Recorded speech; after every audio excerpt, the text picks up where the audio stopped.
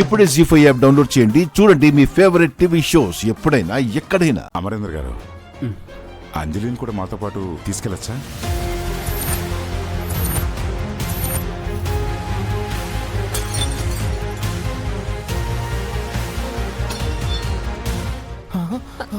మిస్సమ్మా, ఏమైంది మిస్సమ్మా? ఒంట్లో బాగాలేదా? ఎందుకలా కప్పురు కింద పడేసావు? మిస్సమ్మా, మిస్సమ్మా, ఏమైందమ్మా? ఒంట్లో ఏమైనా నలతగా ఉందా? అలాంటిదేం లేదత్తయ్య. సడన్ గా అంజలిని తీసుకెళ్ళిపోతామంటే ఇందులో అంత షాక్ అయ్యే విషయం ఏముంది మిస్సమ్మా? షాక్ అయ్యే విషయం ఏముందా? ఇంట్లో వాళ్ళ ఎవరి తోడు లేకుండా అంజలిని ఒక్కదాన్ని ఎలా పంపిస్తామనుకుంటున్నారు? పక్కన నేనుంటాను కదా మిస్సమ్మా. అంటే నేను ఇంట్లో దాన్ని కాదా?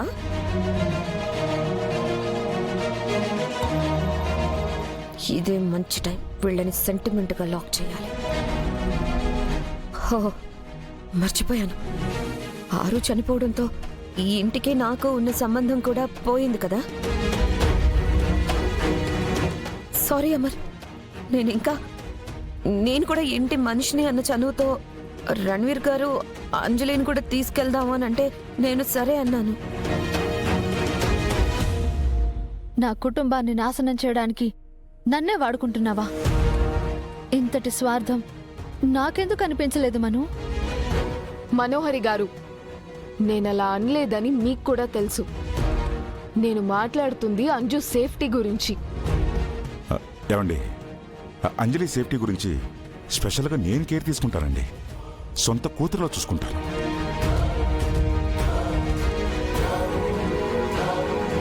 నా ఫ్యామిలీకి అంజలి గురించి చెప్తూ ఉంటానని చెప్పాను కదా అమరేందర్ గారు. అందరూ అంజలిని ఎప్పుడెప్పుడు కలుద్దామని ఎదురు చూస్తున్నారు. 2 రోజుల్లో మనోహరి గారితో పాటు అంజలిని తిరిగి పంపించేస్తాను. ఇద్దరు ఉన్నాం కదా అమర్. అంజుకి ఏ సమస్య రాకుండా చూసుకుంటాం. మీరు బాగానే చూసుకుంటారు మనోహరి, అందులో నాకు ఏ అనుమానం లేదు. కానీ ఆరు లేకుండా పిల్లల్ని ఎప్పుడూ నేను బయటికి పంపలేదు. అవునమ్మా మనోహరి, అంజు అల్లరి పిల్ల. తన్ని కంట్రోల్ చేయడం అంత ఈజీ కాదు. బాబు రణ్వీర్, సెలవుల్లో అమర్ అందరినీ తీసుకొస్తాడులే.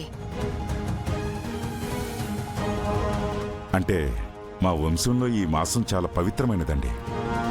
మా ఇంట్లో ఆడపిల్లలతో దుర్గామాతకి ప్రత్యేక పూజలు చేయిస్తాం.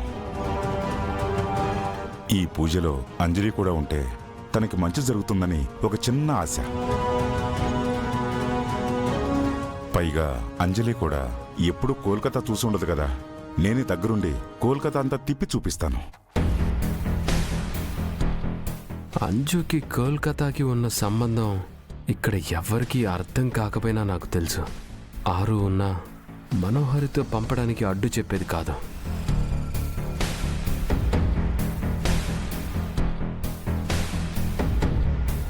సరే రణ్వీర్, అంజుని తీసుకెళ్ళు.